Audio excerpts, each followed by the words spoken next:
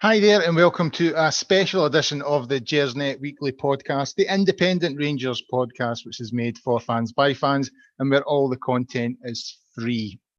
As I say to you most weeks, guys, when I'm hosting, it's not just the pod that we have free. We have online content, match reviews, previews. There's a museum on there. There's the forums, obviously. There's loads of stuff happening.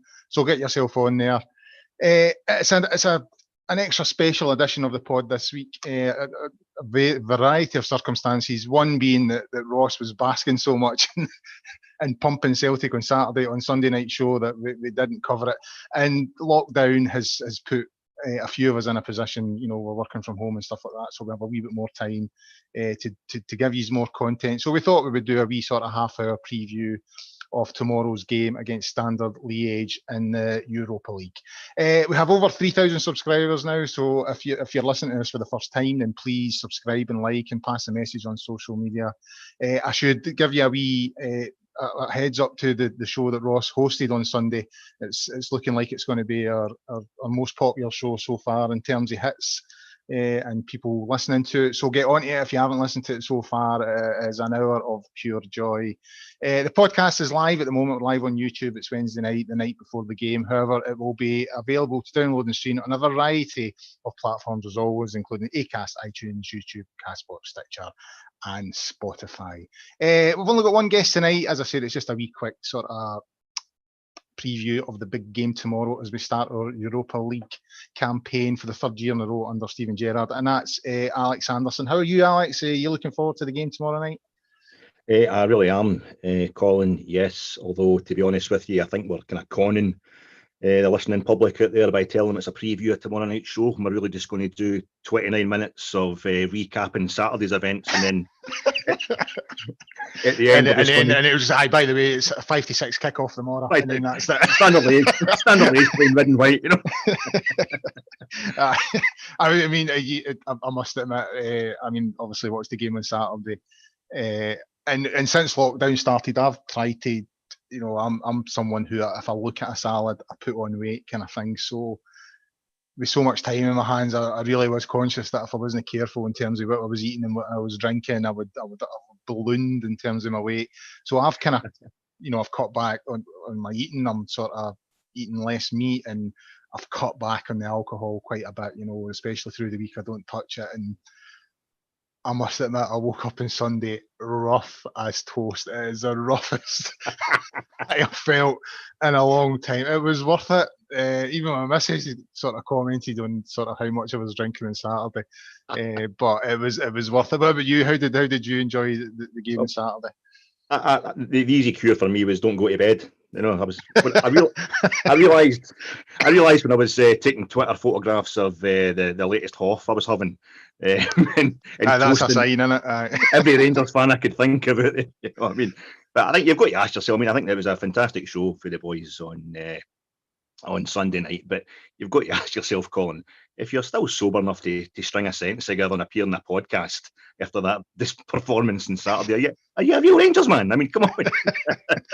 Well, see, the thing is, if I'm not on the show on a Sunday night, the wife will normally buy a wee bottle of wine. I'll get a couple of beers, and I could even look at a beer on Sunday. You know what I mean? So my wife's like, so you've got the night off and you can't do anything with it? And I was like, no, I can't do anything with it rather than lying in the fetal position, weeping like a Wayne. You know what I mean? Because I really enjoyed it. I mean, it was enjoyable for many reasons. Obviously, beating them at Celtic Park is especially the second time in a row, brilliant.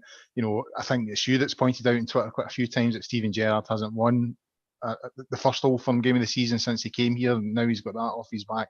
Yeah. But one of the reasons I've really enjoyed it is the total meltdown that's that you always get after we beat them. And the one today that I saw was Jackie McNamara saying that we're not a good team and all this. I was just like, and what was the other thing I saw through the week? The video, the Rod Stewart video.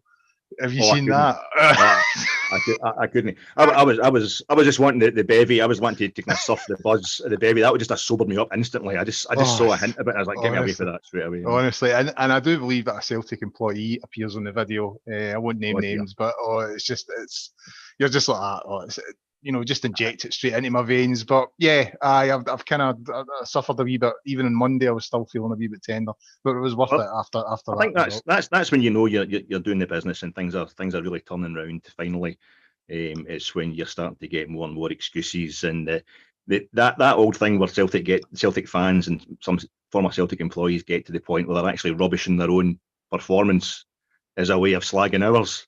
Yeah, and you're thinking that's fine. That's fine. Bring it on. Listen, mate, we've had this since we come back up to the top flight. Remember, we drew one each with them. Clint Hill equalising. Oh, he's all celebrating a draw at Parkhead. Oh, he's all invading the pitch at Firhill because you get into Europe with a last minute goal. How embarrassing! And now it's, oh, you've only beat us twice in a row at Parkhead. How how embarrassing. It's going to get to the stage where, oh, he's only won this new Super League. That's overrated. You know what I mean? I know. So, it has been good. It has been good, I must admit. Fantastic. I've had a few days off this week as well. I was supposed to have the whole week off, but I had to sort of log on Monday because something came up that I needed to deal with, and I had to log on for a couple of hours yesterday as well. But that's me till next week. So yeah, it's been a good week overall, and hopefully it will continue tomorrow night. Another European campaign under Steven Gerrard, Alex. First game in Group D, and the whole sort of process, the COVID has obviously had an impact. So it's the first of 3 successive games in as many weeks we've got. Lech Poznan at Ibrox to come next Thursday. Benfica the following week on Bonfire Night. So a really, really busy period. Starting another European campaign. How does that make you feel at the moment? Fantastic. Really, really looking forward to it. And I think, to be honest with you, Colin, I think the pace of the tournament actually suits us just now. All joking aside, the result at Parkhead, the other thing it makes us think about instantly is what happened the last time we beat Celtic at Parkhead. They kind of collapse after the winter break, and although it's a different time of the season, I think for us to have these games coming thick and fast, this suits this Rangers team, the kind of mentality, and I think they look like they're enjoying themselves. They've been much the same the kind of October period, the last couple of seasons under Stevie G. Going really well, looking like they can't get enough of it. But I was really pleased when we come back for the international break. That was a worry as well. But even looking at like Alfie, you're wondering, is he going to get his head turned again, going away to South America? But he come back and he was looking up for it. Okay, didn't he? He had a few moments, didn't he score that goal we wanted him to get against Celtic and that. But he's been on it all season in terms of commitment to the cause. He's back working his socks off, and he's happy for his teammates as he is for him. The prima donna thing's gone. And the rest of the team are just on it. And I think we're getting to a stage where the squad itself is also, strengthening. We've got new arrivals. We've got players for virtually every position. 2 players for virtually every position. There's competition across the board. And you're looking at that game on Saturday, and you're thinking, there's no crowd there. And this Rangers team do like a big crowd. They do like a full stadium, home and away. But they look like they're challenging themselves. Rangers look like the challenge is coming from within. And I think the worst thing that can happen to them is if they stop playing. So yeah, 3. It's hard going. Don't get me wrong. You've got you said it was like, I think it was 2 weeks and 3 weeks between games last season. That's the standard, the group stage. But now, obviously, because of COVID, kind of concertina the season, you've got 3 games in 3 weeks. I think it's a 3-week break. Another 3 games in 3 weeks. So it's going to be intense. But I think that suits Stevie G's team just now. Yeah, I would agree. But do you like a bit of momentum in these kind of things? A wee bit of background info on Standard Liege and their sort of history with Scottish clubs and ourselves. We've played them once before, and I know you're a bit of a connoisseur and an aficionado of European football, Alex. So you'll probably you'll be able to tell me who scored in these games and what minute they scored. But we played them in '62 in the quarter-final of the European Cup. They beat us 4-3 over 2 legs. 4-1 away leg was what killed us. We beat them 2-0 at Ibrox, but we got beat 4-1 away from home. So it's a ground that we've not won at. They have actually quite a good record historically against Scottish clubs. They've put out Aberdeen, Dundee United, Hearts in previous European competitions. The last time they played against Scottish opponents was 1992 against Hearts, and they put them out at that time. our record against Belgian teams isn't too bad. We obviously suffered that defeat in 62 for Liege, but we'd previously beat Anderlecht in 59. And of course, I'm sure you were there, Alex, the famous night against Bruges in 92 when we beat them 2-1 in the Champions League with that Scott Nisbet goal. So, I mean, in terms of, Scotland against Belgium, in terms of club football and Rangers particular, it bodes well. And, we go there sort of confident, I would think. Aye, it's a match. We're well matched as clubs. Kind of institutionally, we're record against teams from, Standard Liege's record against teams from Belgium, from Scotland. I think they played United twice. They played Hearts. Hearts was their first ever game in European football. They beat them in the old European Cup in the 50s. And we're also, Anderlecht are Standard Liege are the only team to beat us from Belgium. We beat the other two. In Belgium they have the kind of big three thing. It's the same as, a bit like a kind of watered down version of the Dutch league. You've got your, PSV, Ajax, Feyenoord, and in Portugal. So we've got a wee chance with this group, amongst other things, for Anarax like myself, to kind of complete the set. If we beat Benfica, that's us beating the big three in Portugal and Europe, and if we beat Standard, that's us beating the big three in Belgium. But I feel as if Standard is a kind of, as far as these things go, as far as the history affects the players that are taking the pitch on Thursday night. It's not like Standard are going to be looking at us and thinking, "Oh, teams for Scotland, we've got a bad record there." That's not going to be in the back of their mind. And for us, we've got nothing to fear with that in that respect either. But they're a club that I'm trying to kind of place them. I've been trying to place them all day, and they're maybe a bit like the Aberdeen of Belgium, if you like. But it's that, as I say, it's a big three thing as opposed to a big two in Belgium, and I would say they're definitely the third of Anderlecht and Bruges are kind of ahead of them historically. There's actually another wee team, Union Saint Gilloise, if that's how you pronounce it. They're they're a favourite of the hipsters. They're the kind of a kind of mix of Dumbarton and Queen's Park. They've got one more league title than Standard Liege, but they've been kind of roaming the bottom tiers of Belgian football for a few years now. So Standard, they're one of the clubs that are just looking to just go that wee bit higher, that wee bit bigger. They've got a bit of kind of chip on their shoulder, I would imagine. Lovely romantic side. There's probably two boys in Liège right now doing a podcast talking about Glasgow being the shipbuilding capital of Britain or something like that, and it's the same. You look at Standard, they're from a real working class city. It used to be the old kind of steel mills and mining, a lot of heavy industry. So they've got that kind of working class tradition. So it's going to be tasty, and I'm trying to work out if they are actually the second. History-wise, they're definitely the kind of third team in this group. We're second, Benfica are first. But in terms of form, it's really confusing, because Lech Poznan, who have the worst European history of all the clubs in this group, they actually put out Charleroi, another Belgian team, in the playoffs, and on the qualifiers for this season's Europa League, and Charleroi finished ahead. They're just ahead of Standard Liège just now. At the top of the current league, and they finished ahead of them in last season's league. So it's difficult to see who's kind of our biggest rival, if you like, for second place, if we're looking at Benfica as favourites. But it's going to be seriously interesting. The squad trained at Ibrox today, Alex, before flying out. Steven Gerrard had his press conference not long after arriving. Now, it doesn't seem that long ago that we were talking about we were getting a sort of glut of injuries at the wrong time. Aribo was out, Roof was out, there was a couple others out for a couple of games as well. But it seems to me that they're all coming back at the moment. Gerrard commented today that the squad is in a really good place at the moment. Roof and Aribo just need to get up to speed. The only one that isn't available at the moment is obviously Katic long term with that cruciate. So, I mean, as I said, it wasn't that long ago we were quite worried about the injuries that we're getting, especially to some of the new signings. But it seems that they're all coming back. And given the current circumstances, with COVID, we'll come on to discuss. Standard Liège have their own issues with that at the moment. They've lost 2 or 3 players through it. It's good to see that we've got as basically a full complement of players. Absolutely. Especially when you can't help thinking that this COVID thing is going to hit us at some point. Oh, undoubtedly.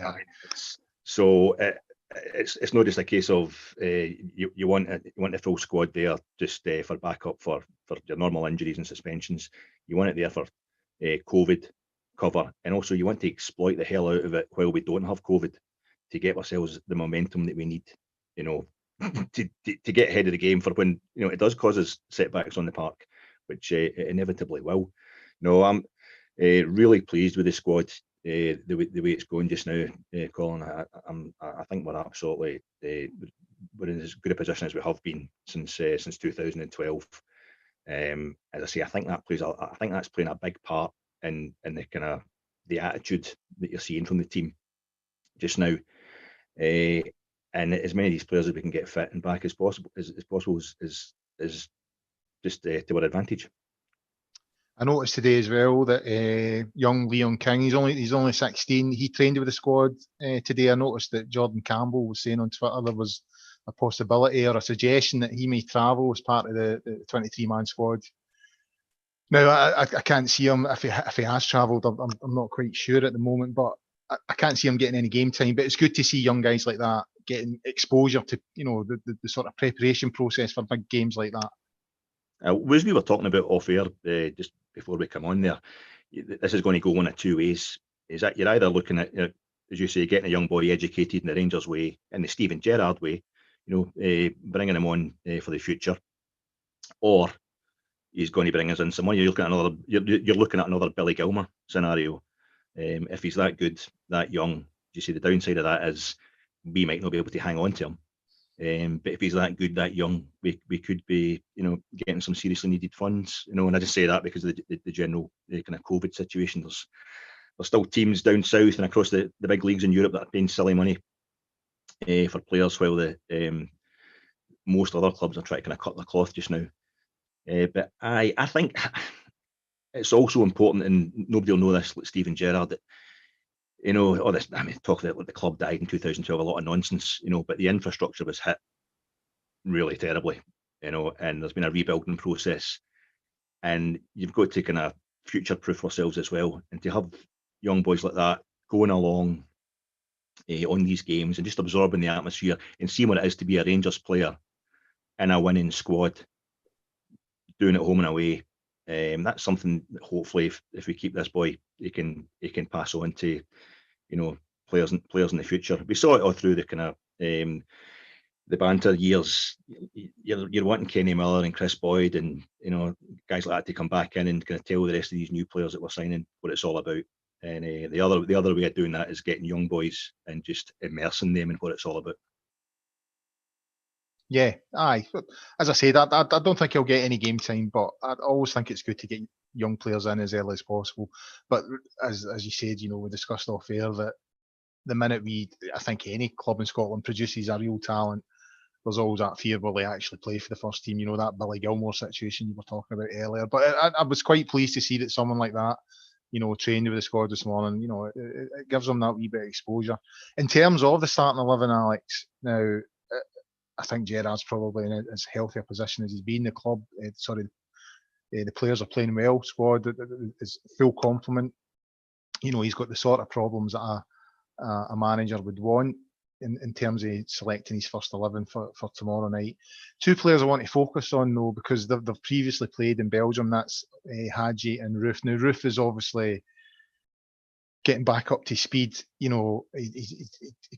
To me, he was just getting into his game when he picked up that injury, and it was really frustrating because I thought he was bringing the best out of Ryan Kent. I thought he was linking up well with Ryan Kent. But he's got experience of playing in Belgium. He played for Anderlecht, and Hagi as well. He was with Genk for the first half of last season before he joined us in the January break on loan. Now, Roof's last goal for Anderlecht came against Liege. And given that, Hagi didn't feature on Saturday, or he certainly didn't start in the Old Firm game. Roof, as Gerrard has already alluded to, is getting himself up to speed. But given the fact that they know the Belgium setup so well, they'll know Standard Liege very well. They'll know what they're all about. Can you see them being tempted to either start them from the start or introduce them at some point in proceedings? I would doubt you'd see both of them, mate, for the start. I think you'll certainly be bending the rear. It'd be daft not to. What do you know about this team? What do you know about the whole kind of Belgian setup, the whole Belgian domestic setup in general? But I don't think he'll be bringing. I don't think, if it doesn't suit Gerrard's tactics, he'll have analysed them tactically. Him and Beale, they'll know exactly how Standard Liege play, and there's plenty of evidence the last few years are they're regulars at this stage of the competition. So he'll know how they're going to play within a certain limit, and I think he'll just decide whether he thinks Hadji suits that or not. I don't think that the fact that he's played there will influence him that much. To be honest with you, mate, I would just go with the same. I would go with the same team as Saturday, not just because it won, but because we played that game in a kind of, I think, in much the same style as we'll want to play tomorrow night. You know, at times we were irate, we were a bit kind of miffed on Saturday because we didn't score as many goals basically as we thought we could. But I don't know if it was Neil McCann, who I thought was tremendous in his analysis of the game in Saturday night, while I was still just on my fifth or sixth can. But I think he was saying about how we played it in a way that contained as well as created chances. And it was a kind of European style performance. So I don't know about Brandon Barker. You know, I like Brandon more than maybe a lot of other people do, and I think there's definitely a lot there. I would maybe be wanting to put Aribo in, you know, but it depends. It's all that thing. It's speed versus guile. We know the whole thing with Hadji. He's got the touches, he's got the vision, he's got the skill, but he's maybe just lacking that bit of pace. And remember Brandon Barker doing the business over in Porto last season. So, and Roof, I don't know, game time, I would just like to see him a bit sharper. He's maybe a man. I think we'll maybe start resting and bringing guys like that in on Sunday against Livingston. I would like to see Morelos again tomorrow night, just for his mobility, what he's bringing to the kind of general mobility of the whole team just now, and also the fact it's the Europa League group stages. This is Alfie's house. This is where he just went nuts last season. It was unplayable at times. So I think we should just stick with the same team, maybe with Barker being the kind of doubt. Now tomorrow it brings something that we've not seen so far this season, other than I think the friendlies in France. There will be some supporters at the game tomorrow, which it feels almost alien in these sort of post-COVID times. I mean, we've discussed previously that, you know, we think that no fans is helping this Rangers team, especially at Ibrox, you know, because there's no the criticism when they're not 1 or 2-0 up against, you know, the teams that are expected to win against easily. After the sort of first half hour, you know, you would start to get the groans. By about an hour, it would be outright sort of criticism.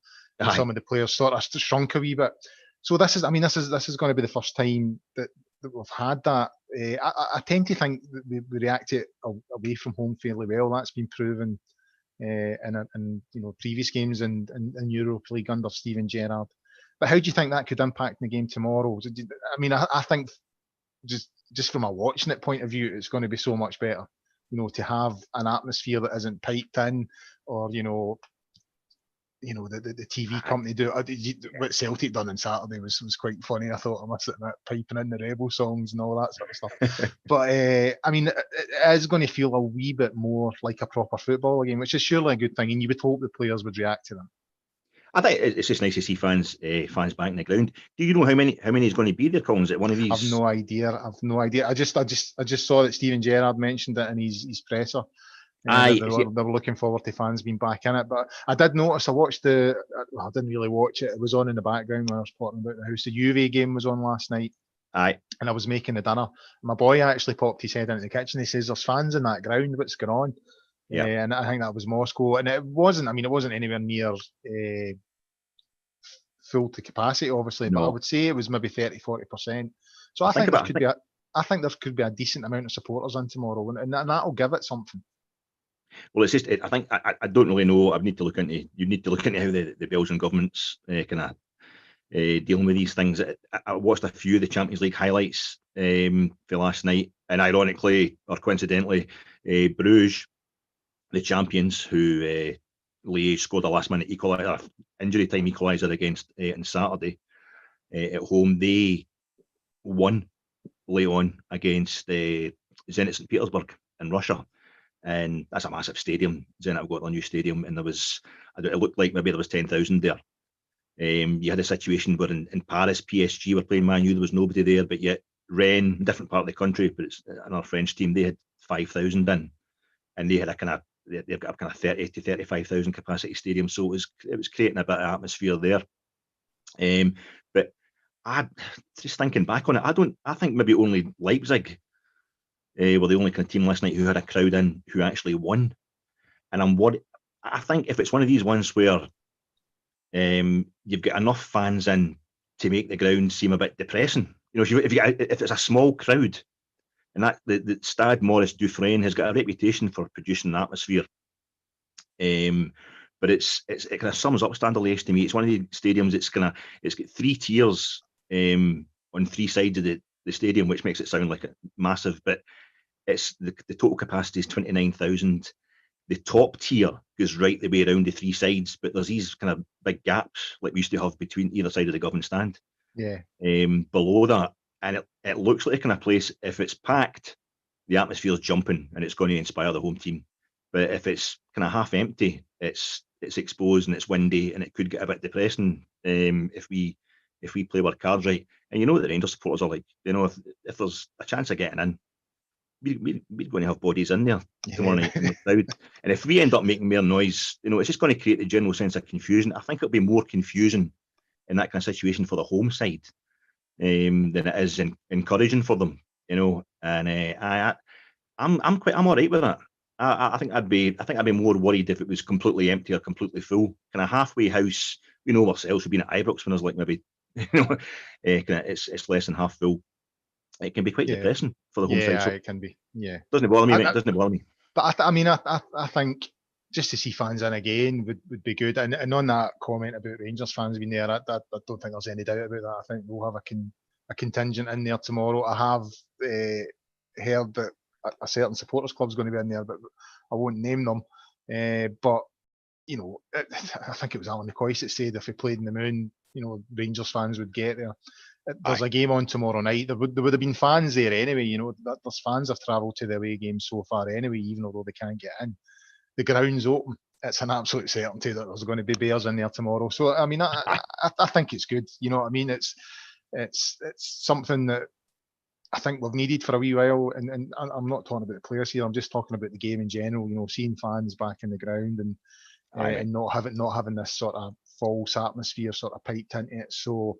I'm looking forward to seeing how many's in and what sort of atmosphere it brings, and just hearing the players shouting at one another, all that kind of stuff that kind of sometimes takes the depressing. I mean, people say, I've heard people say, doesn't make that much difference. It was at the 70th minute before there was a booking on Saturday in the Old Firm game. When has that ever happened?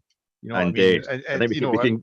We could be guaranteed Scott Brown would have been hitting the deck, when he get his wee tickle in the ear. That's what I mean. It affects the decision-making process. If you're playing a game with 60,000 fans screaming hatred at one another, of course that affects your decision-making process and what you're going to do. So it'll be good to see how the players cope with that tomorrow, and it'll be good just to see it from a supporter's perspective, just seeing fans back in the ground, because it feels like a long, long time, if I'm being honest.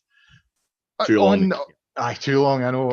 On Standard Liege themselves, right, we mentioned this earlier on in the show, have a wee look at their form, but there is the main sort of talking point at the moment is that 4 or 5 players have been withdrawn from the squad. They've confirmed that. Now, forgive my pronunciation here, I am absolutely hopeless at this, but Mikel Ange Balwisha, Nicholas Raskin, Musa Sissako, and their goalkeeping coach have all tested positive for COVID.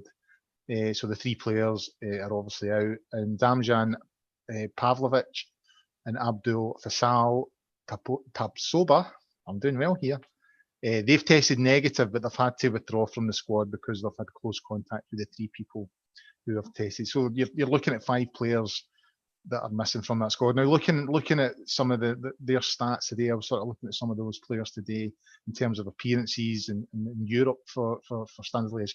None of them seem to have played quite a lot of games. So I'll obviously have an impact in terms of, you know, who they're starting with and who they're putting on the bench. You know, 5 players out of the squad is a sizable chunk, but in terms of the quality, in terms of what they've provided to Standard Liege, I'm not convinced it's going to be huge misses for them based on the stats that I read today.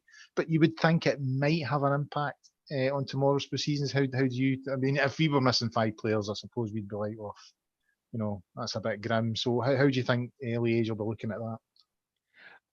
I'm the same as yourself, Colin. I don't think it's too much of a worry for them. From what I could see.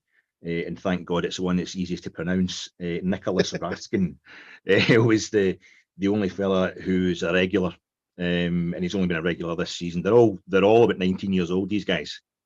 I think 3 of them kind of, you know, room together. None of them are regulars. I think there's hardly any appearances between them except Raskin, who's played. I think he's played all 9 league games that they've played this season, and he's scored. He's a midfielder. So that's good that he's out. You know, that's good. We've got one that's obviously on a bit of form, but no, I've been more concerned. I've been trying to find out all day, and this is where I've stopped buying newspapers because of the internet, and it's kind of let me down because I should have had the Sundays to find out about this chap called Selim Amala. He's number 19. He turns 24 next month. Like Moroccan international, born in Belgium, Moroccan parents. He seems to be the main man, especially in the Europa League. He scored 4 of the 7 goals in the qualifiers in the playoff, and all their winners, you know, scoring the winning goal, you know, in all 3 of their games. He started taking penalties for them as well. The only bit of footage I've got of Standard Liege, other than the 1982 Cup Winners' Cup final, is their game last season against Arsenal, where they chucked it in the last group game. They were 2-0 up, and then Arsenal scored. And that was him going through. Then Arsenal scored 2 goals in the last 10 minutes to put them back out, and he scored 2-0 up. He looks like a kind of young, rangy Scott Arfield, kind of coming through the middle and just being a real threat. So I'm trying. He didn't. From what I can see, he didn't play on Saturday against Bruges, and I'm actually kind of crossing my fingers that he's maybe injured, that he's, you know, as opposed to being rested.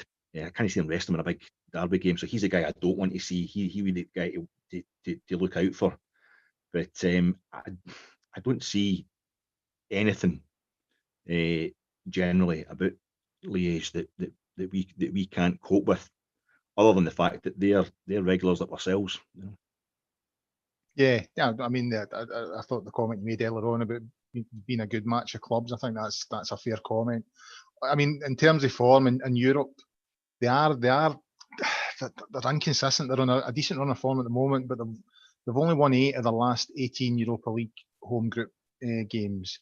They've drawn 6 and lost 4 of the others, but they have won 5 of their last 6, and they're now unbeaten in 15 European home fixtures. So it's kind of inconsistent there, and they're currently sitting 4th in the domestic league, which would make you think, you know, the kind of Aberdeen of Belgium, as you said earlier on, but they're only a point behind the leaders. They've played 9, won 5, drawn 3, lost 1, scored 13 and conceded 7. Now, I'm going to focus on the conceded 7 here, because, you know, they've basically conceded half as many goals as they scored. So that says to me, you know, especially the way Rangers are playing at the moment, you know, I think a couple of the games this season against Dundee United, certainly the game against Galatasaray, we played really well in that second half.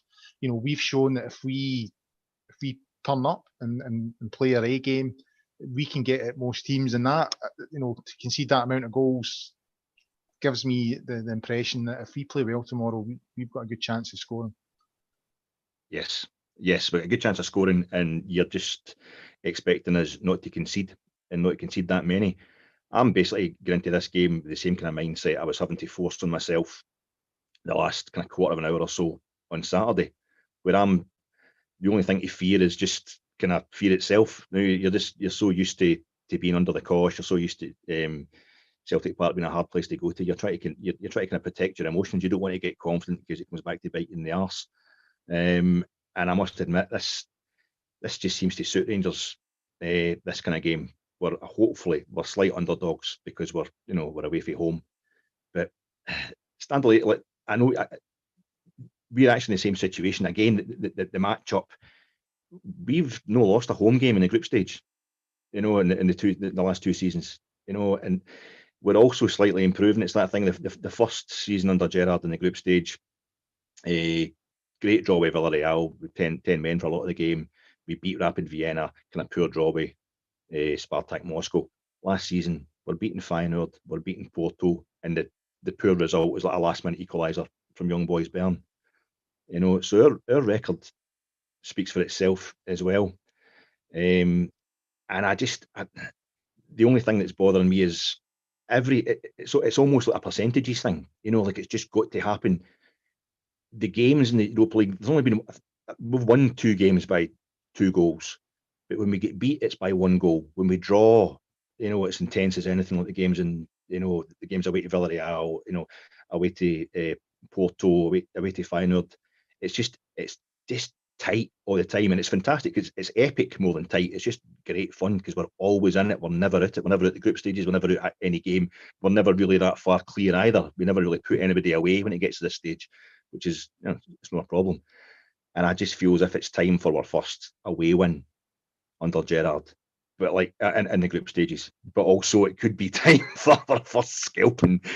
Just the old black superstitions. It's watch what you're saying, Alec. Don't get too confident. But I think with everything that's happening this season, and everything that's probably going to happen with the COVID, as I was saying earlier, it would be fantastic to get out. This is a team we've got to finish above this mob, I would imagine, as much as we've got to finish above like Poznan. And I would like us to get the first blow, and I would like Stevie G to get his first away win in the group stages. Yeah, I mean, he should have got it against Young Boys last year, really, but it was not to be. He was just that sort of last 5-10 minutes or whenever it was we conceded the goals. But I mean, it feels to me like we're in a really, really good place at the moment, and it's very early on in the season, but you have a feeling that if we continue the form that we're showing at the moment, both domestically and in this the Europa League campaign, will not be far away. It's probably the most positive I've felt, being a Rangers fan for a good number of years, and it's enjoyable. So, last question: will you be drinking Belgian lager watching the game tomorrow night? I'll be drinking anything I can get my hands on me. You try and square myself up for the weekend. I've had the chitters all week. I'm trying to recover for that. Well, I've been good, so I might treat myself to a couple of Stellas tomorrow night while we're watching them, and see how we get on. Right, guys, I think we'll wrap it up there. Just a quick preview show for the game tomorrow night, obviously. So a big thanks to Alex for his contribution. Much appreciated as always. It was like a full scouting report he gave us there of Belgian football. And remember, we've got the Sunday show after the game on Thursday. We're right back into it. We've got the game against Livingston at Ibrox on Sunday. I think it's myself and Ross and a debutante for the Gersnet podcast that's on Sunday night. So get into that. In the meantime, between then and now, get yourself onto the website and forums at www.gersnet.co.uk. As I said earlier on, loads of stuff on there. Get yourself involved and put the word out there about what we're doing. Again, guys, we've got news today of further restrictions. So even though the football's on and we're all enjoying life in terms of where Rangers are at the moment, a wee reminder today that things aren't quite the way they should be. So as always, stay safe, look after everyone, and until Sunday night, bye for now.